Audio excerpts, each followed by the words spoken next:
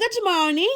তো কালকে সকালবেলা আমি আর মা চলে গেছিলাম বাজারে, মায়ের কিছু ওষুধ নেওয়ার ছিল আর আমার কিছু টুকটাক কেনাকাটা সামনে ছিল। আমাদের ডান্স ক্লাসে অ্যানুয়াল প্রোগ্রাম রয়েছে, তারপরে মা ঠাকুরের জন্য একটু মিষ্টি নিয়ে নিল। আর এই ফুলগুলোকে দেখে আমার এত লোভ লাগছিল, মানে কি বলবো, আমি একটা না কিনে থাকতে পারলাম না। তো আমি এই গোলাপটা কিনেছি। তো বাড়িতে এসে আমি ফুলটাকে সুন্দর করে সাজিয়ে রেখে দিলাম, আমার দেখতে এত ভালো লাগছে যে কি বলবো।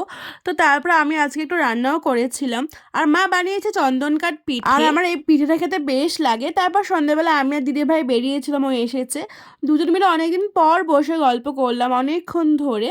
তারপর সেখান থেকে চলে যাই এই দোকানটাতে, এই দোকানটা আমার নতুন হয়েছে আমাদের এখানে।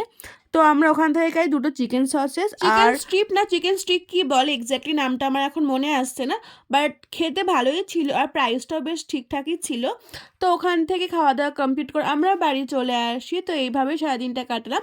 তো দেখা হচ্ছে অন্য একটা ভিডিওতে, আজকের মতন বাই।